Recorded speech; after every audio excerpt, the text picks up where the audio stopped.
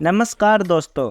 आज हम आपको बताएंगे एक ऐसा ब्रांड की कहानी जिसने न सिर्फ भारतीय बाजार में तहलका मचाया बल्कि विदेशों में भी अपनी धाक जमाई। वो ब्रांड है हल्दीराम, जिनके स्वादिष्ट नमकीन और स्नैक्स हर घर में पसंद किए जाते हैं।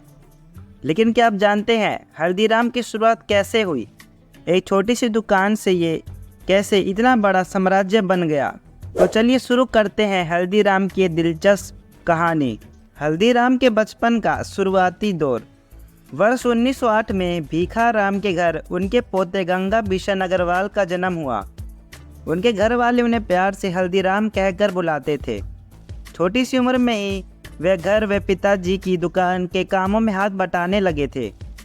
वहाँ बेसन की सेव बनाई जाती थी। वे काम करने में कभी भी नहीं हिचकिचाते थे। उन्होंने जल्द ही कम समय में भुजिया बनाने का काम सीख लिया। लेकिन गंगा बिशन अग्रवाल यानी हल्दीराम की शादी महज 11 साल की उम्र में चंपा देवी से हो गई। शादी के बाद जब जिम्मेदारी बढ़ने लगी तो हल्दीराम ने अपने दादा की भुजिया वाली दुकान पर बैठना शुरू कर दिया। उनकी भुजिया बाजार में बिकने वाली अन्य भुजिया के मुकाबले कुछ खास नहीं थी। हल्दीराम को लगा कि इस रेसिपी में थोड़ा बदलाव करके इसे और भी लजीज बनाया जा सकता है। ऐसे में हल्दीराम ने अपनी भुजिया के स्वाद को बढ़ाने के लिए कुछ बदलाव किए। उसमें उन्होंने मोठ की मात्रा को बढ़ा दिया।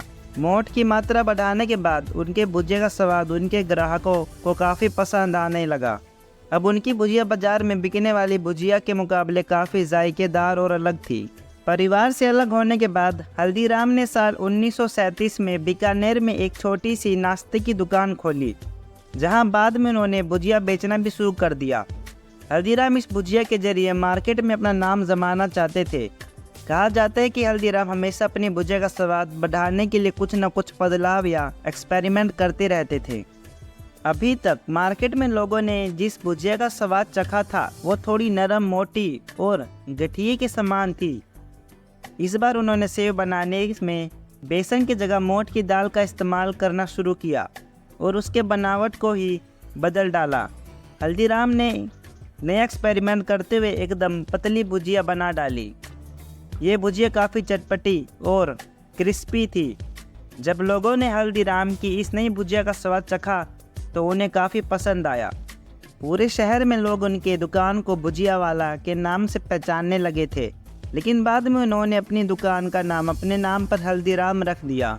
हल्दीराम का बिजनेस समय के साथ लगातार बढ़ता जा रहा था। भुजिया के साथ कई और नए प्रकार के नमकीन बनने लगी थी। समय के साथ उनके प्रोडक्ट्स की मांग ज़्यादा होने लगी।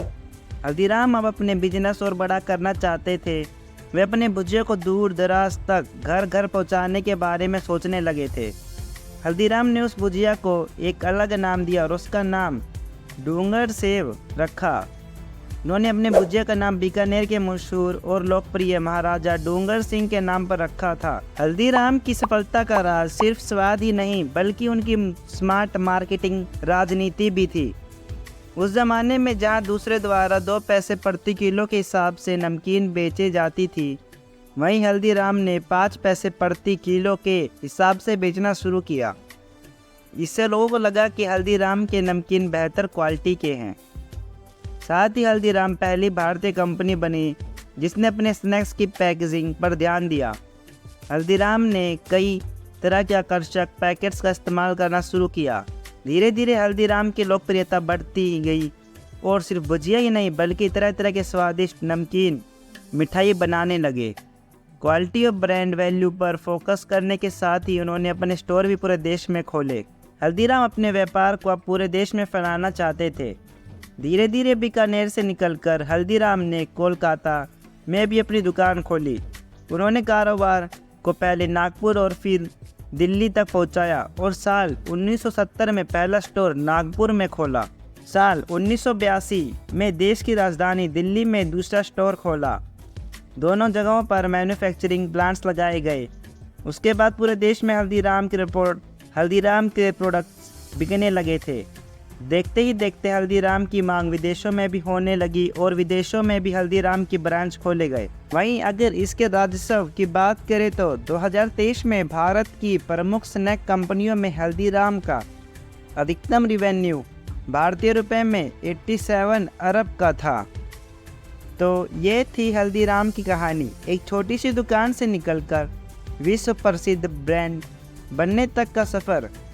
उम्मीद है आपको ये वीडियो पसंद आया होगा। अगर हाँ तो इसे एक लाइक करें और अपने दोस्तों के साथ शेयर करना ना भूलें। साथ ही हमारे चैनल को सब्सक्राइब जरूर कर लीजिए।